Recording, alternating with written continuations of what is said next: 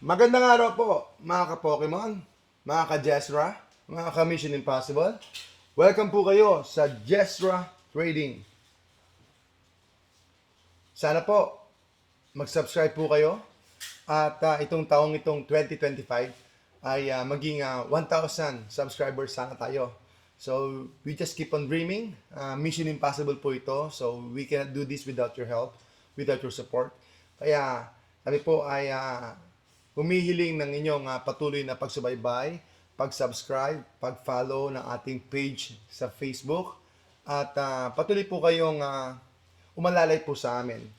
Ang purpose naman natin ay ma-educate po ang mga hobbies sa Pokemon, ng sealed investment, ng sealed collection, at saka ng Pokemon collecting. Whether it is raw, whether it is singles, whether it is for playing, or for binders, or whatsoever reasons, ay ma-appreciate po natin itong mga collection nating mga Pokemon cards. Kaya, kumusta po kayo? Isang mapagpalang araw po sa bawat isa, mga ka-Jesra, mga ka-Mission Impossible, mga ka-Pokemon.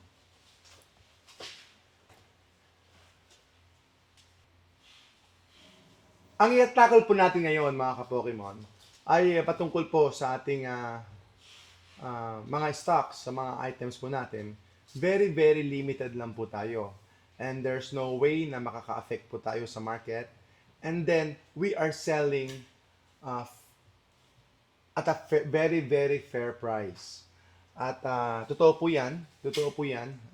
You can check our post na kahapon ay nakapagbenta po tayo ng Crown Zenith Teens. Parang ganito po yung tsura niyan. Ayan.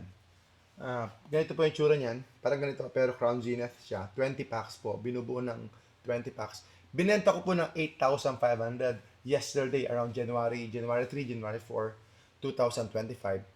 Tapos, may nakita rin po akong post sa group na may nagbebenta, the same Crown Zenith teen, ang worth ng kanyang pagbebenta ay 11,500. So, you can see the big difference po ng pricing natin sa iba. So, marami rin po akong mga customers na mga resellers at kumikita po sila sa ginagawa po natin, no? Sa mga binibenta po natin mga products. And hindi po ako nakapagbebenta ng marami kasi limited po yung ating stock. So, if you are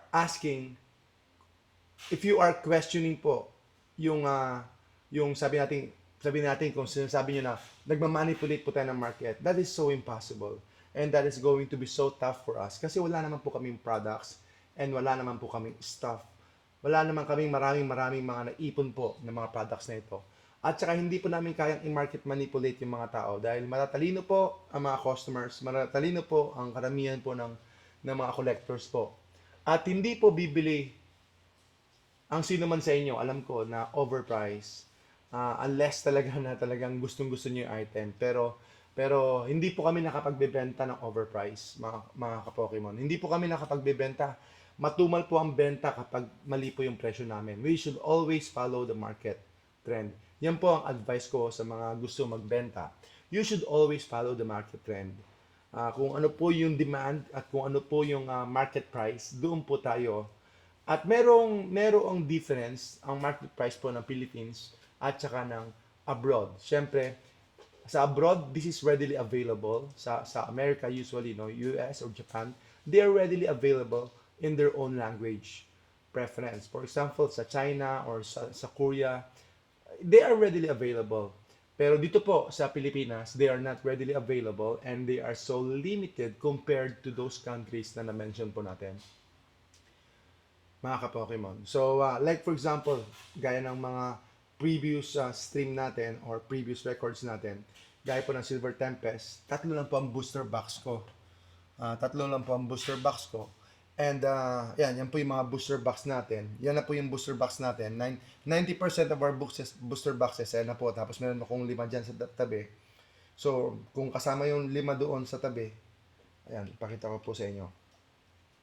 Hindi ko magalaw. Dali.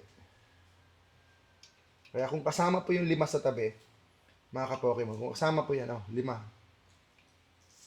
Yan na po yung booster box ko, mga around 96%, yan na po siguro yung booster box ko, mga ka-Pokemon. So, meron lang akong ilang booster box na naiwanan sa loob. Kaya, yan po yung booster box ko. So, hindi po gaya ni Sir Rudy, yung sa abroad, no? Hindi po tayo si Rudy. Yung Alpha Investment, nakakalula. Yung mga Poke NE, yung mga ganon, nakakalula po yung kanilang stocks, no? Talagang cases and cases and cases of products po ng mga booster boxes na elite trainer boxes po. Yung kanilang items. Ako, ganyan lang po yan. Tapos, uh, matagal na rin po ako nagko-collect, pero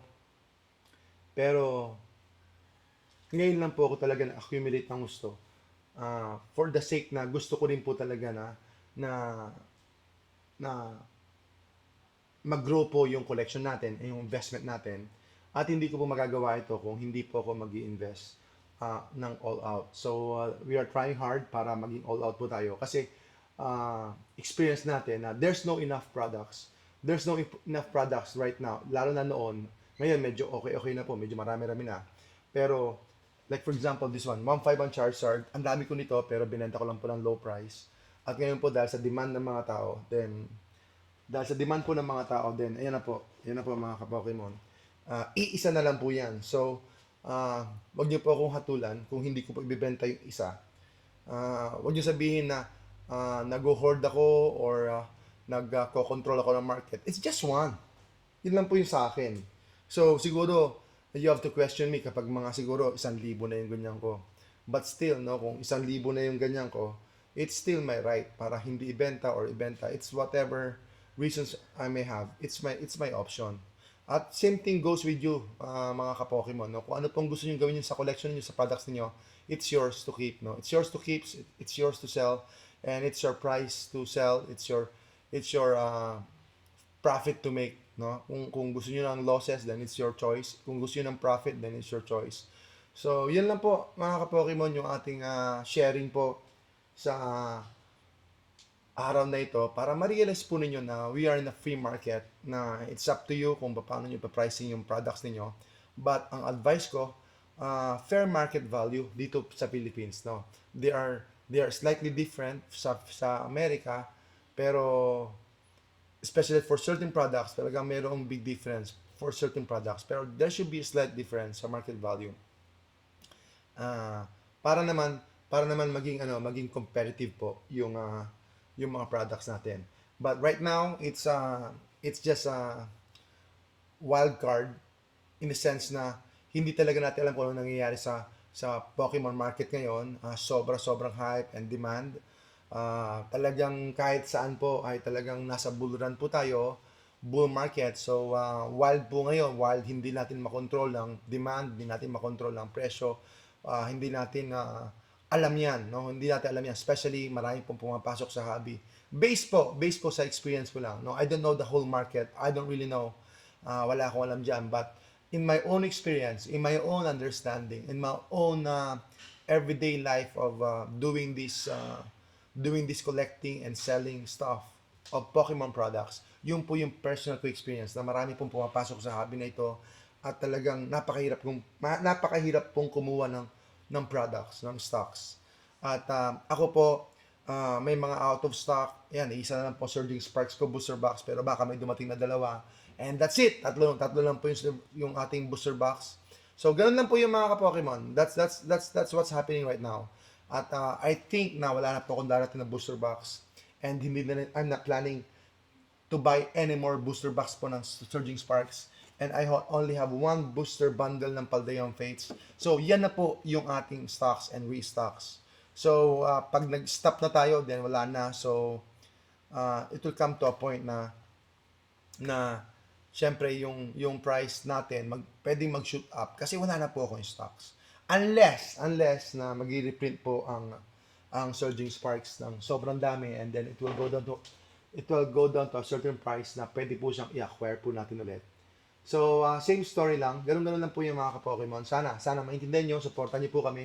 And if you can learn a thing or two to our streaming sa ating live, sa ating uploaded videos, then we appreciate it so much na kayo po ay mag-subscribe at i-follow nyo po kami, na panoorin nyo po kami para mag-grow po itong channel natin na makapag-share po tayo sa ating mga sampayanan, kababayan, sa ating mga kababayan ka-Pokemon, no, yung mga papasok sa hobby na ito na gusto pong maka-experience ng collection hobby ng mga Pokemon cards na ito. So, kailangan natin magtulong-tulong, magkaisa, magkaroon tayo ng isang pamamaraan at edukasyon na kung saan ay mag-grow po tayo together with content creators, especially po dito sa Pilipinas, no? Especially po ako, isa po ako sa mga advocate. I don't know kung meron po akong kasama na content creator po para po sa Pokemon investing, but I'm trying hard na ina-advocate natin, na dinadrive natin ang mga kababayan natin na hindi po kayo ma-scam, hindi po kayo maloko, wag po kayo ma-FOMO, wag po kayo ma-hype. Basta relax lang, no? It's okay to skip sets, sabi nila. So, it's okay to skip sets if you have to. Skip na po kayo. Kapag double the price na po, pag triple the price na po, skip na po kayo. Unless na talagang for collecting purpose at wala po kayong mapaglalagyan ng pera, then go ahead. It's your freedom, you know? It's your freedom, and then it's your free will. Bahala po kayo kung anong gusto niyo. But my general advice, if the items are priced too high, then you can skip. It's okay to skip a set or a box, to skip a collection, to skip a card. So whatever it may be, no, pwede kayo mag-skip, no. Palampasin niyo na lang, wag niyo na lang bilhin. And I'm not buying everything. Ayan. When it comes to cards, hindi ko kayang sabayan lahat. Hindi ko pwedeng bilhin lahat. At sino ako para makabili ng lahat. So, hindi ko po kaya. Personally, hindi ko po kaya makabili ng mga cards na yan. So, I'm just depending doon sa mga low value cards, sa mga medium tier cards. Wag naman sa mga pinaka-chase cards kasi sobrang taas na po ng value, like the Umbreon, yung Moonbreon na yan ng Evolving Skies, sobrang taas na po yun. Although dapat nung una binili ko na, pero it's kind of too late right now para bilhin siya. So pabayaan ko na lang, skip na lang. So it's okay to skip, and we are not changing the market, and we cannot change the market. Ang kinokontrol ko lang yung presyo ng items ko. So whatever I have, ay binibase ko lang po sa market price, and then I'll put some premium kasi meron po akong effort. Meron po kaming effort, tsaka meron po tayong staff, kaya kailangan din natin kumain, kailangan din natin kumita, kailangan din natin mabuhay. At yung risk po na hinahawakan namin, yung risk po na ginagawa namin, na para kami po, mga ka-Pokemon, ay makapagpadala or makatanggap ng mga products na ito. Kung alam nyo lang po, ang ginagawa natin ng inyong munting lingkod na ka-Pokemon ninyo, ang GSL Trading, gabi-gabi po, almost every night, nagpupuyat po ako, just checking for stocks, just looking for cards. Tapos, bibilihin ko po yon, ano po yung best deal, ano po yung magandang deal. Tapos, after that, ayan, ipapak po ng mga kasama natin abroad. Tapos ipapadala po ng family ko dito. So, there's so much work and risk involved, mga ka-Pokemon. And it's not all nice story. It's not all perfect story. Maraming mga story ng pagkalugi.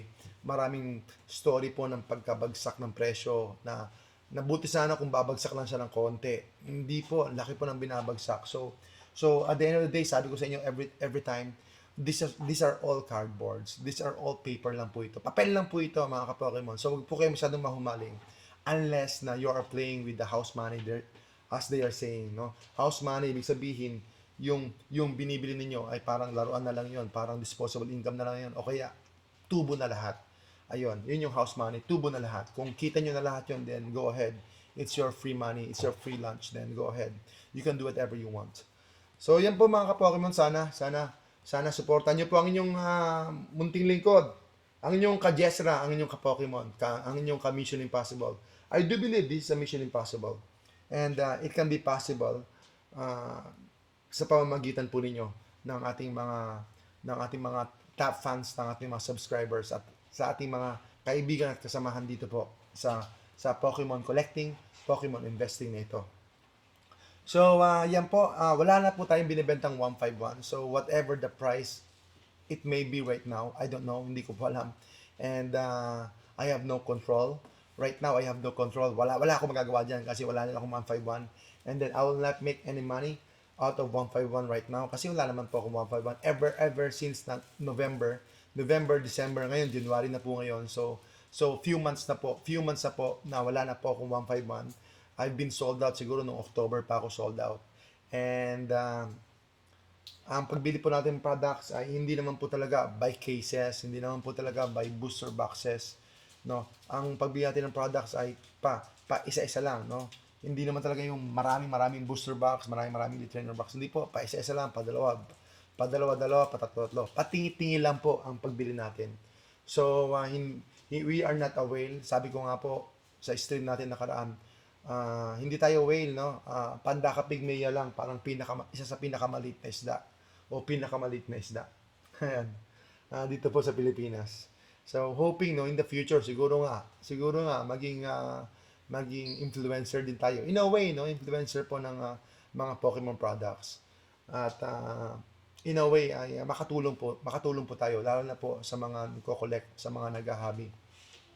Marami po akong inipon na 151, pero dahil po gusto ko makatulong sa mga kasamahan natin, sa mga ka-Pokemon natin, binenta ko rin po. Imagine nyo po yun.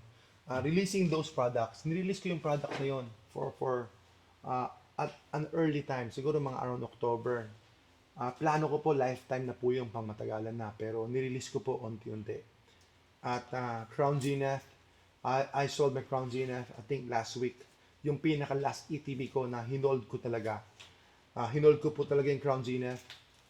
Hinold ko po talaga siya mga ka-Pokemon.